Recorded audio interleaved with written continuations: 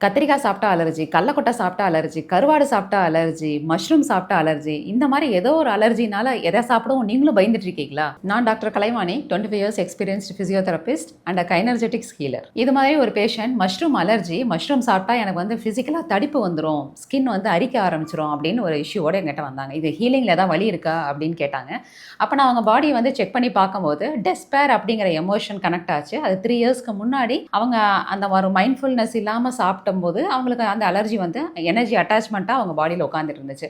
அப்ப அது என்ன அப்படின்னு இன்ஃபர்மேஷன் அவங்க என்கிட்ட கேட்கும்போது, 3 இயர்ஸ்க்கு முன்னாடி வீடு கட்டிட்டு இருக்கும்போது ஃபவுண்டேஷன் முடிச்ச பிறகு வாஸ்து சரியில்லன்னு சொல்லி ஒருத்தர் சொன்னாங்க. அந்த டைம்ல நாங்க ரொம்ப உடைஞ்சு போயிட்டோம். பெரிய லாஸ் ஆக போகுது. இத வந்து கரெக்ட் பண்ணணும்னா அப்படின்னு ஃபீல் பண்ணாங்க.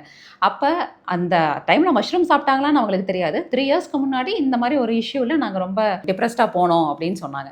அப்ப அத எனர்ஜி பேலன்சிங்ல நாங்க கரெக்ட் பண்ண பிறகு அவருக்கு மஷ்ரூம் அலர்ஜி கரெக்ட் ஆயிருச்சு. இது எப்படி அப்படின்னு பார்த்தீங்கன்னா, அந்த எனர்ஜி அட்டாச்மெண்ட் வந்து சப்கான்ஷியஸா அவங்களுக்கு ஆழ் மனதில இருந்துச்சு. அப்ப அந்த ஃபுட்ட சாப்பிடும்போதெல்லாம் வந்து அந்த எமோஷன், அந்த பிசிக்கல் அலர்ஜி அவங்க பாடியில காமிச்சுச்சு. ஸோ எனர்ஜி பேலன்சிங் பண்ண பிறகு அவங்க இப்ப ஹேப்பியா எல்லா டைப் ஆஃப் ஃபுட்ஸும் சாப்பிடுறாங்க அலர்ஜி இல்லாம. இன்ஃபாக்ட் அதுக்கப்புறம் ஹீலிங் பண்ண பிறகு என்ன மீட் பண்ணும்போது, "இன்னும் மஷ்ரூம் டீ மட்டும் தான் நான் சாப்பிடலைங்க" அப்படின்னு என்கிட்ட நல்ல ஃபீட்பேக் குடுத்தாரு. இந்த மாரி உங்களுக்கு பிடிச்ச ஃபுட்ட சாப்பிட முடியாம அலர்ஜினால கஷ்டப்பட்டுட்டு இருந்தீங்கன்னா, எங்களோட ஹீலிங் ட்ரை பண்ணி பாருங்க.